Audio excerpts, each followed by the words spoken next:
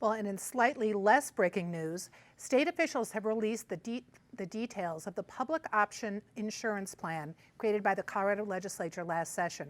The details include price setting and mandating that all hospitals accept the insurance. Marianne, you've been covering this. Where do you see it going? Well, the interesting thing is that this has been described as a public-private partnership, but I'm also hearing it being described by the hospitals and the insurance companies as a handcuff. I see this as shaping up to be one of the big battle royales of the 2020 legislative session.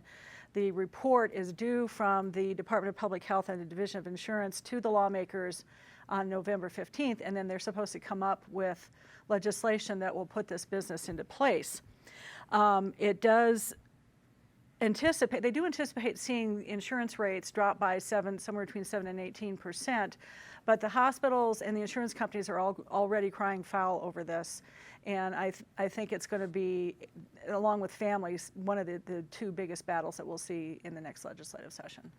David, any predictions on this? Well, I think Marion was exactly right to focus on the word partnership. And in a partnership, the two partners voluntarily join with each other rather than the law, backed ultimately by men with guns, saying, guess whose partner you have to be.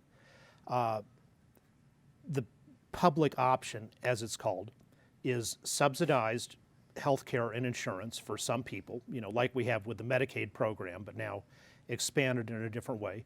And the way that gets paid for is the government won't raise taxes or allocate sufficient funds to pay for it, so they impose a hidden tax, which is you force the hospitals to take people at rates that are really would drive the hospitals out of business if they had to take everybody at that rate. So they make up for giving a subsidy to one person by jacking up the prices even more on everybody else, namely everybody else who has a non-government health insurance plan. So this is a plan to drastically raise rates on non-government insurance for everyone else, and it creates a vicious cycle where people will switch to the subsidized thing, fewer people will be paying the subsidy on the other hand, and eventually you drive private insurance out of the market, and we can now be on the veterinary standard where the government pays for everything, and if they decide it's time for you to die and they're tired of paying for your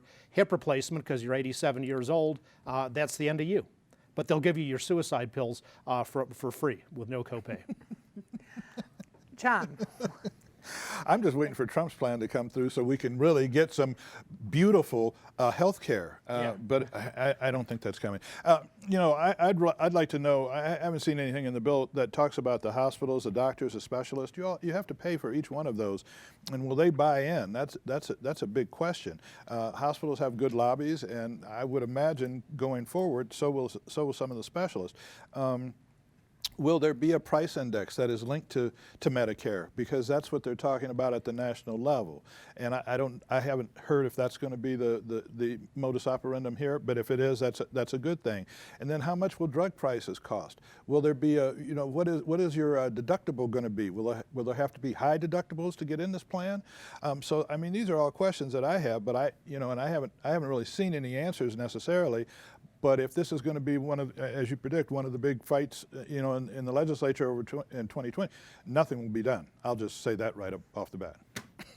And Natasha, Governor Polis and other state officials were touting how this is a drop in prices, but obviously not everyone is buying it. Yes, and it's important to point out this is a draft. The whole purpose of this is now we're going to go on a bit of a walking tour to find out what works, what doesn't, who's upset, who isn't. We'll have more conversations at this table about that. What I find interesting is this is definitely something that Polis campaigned on.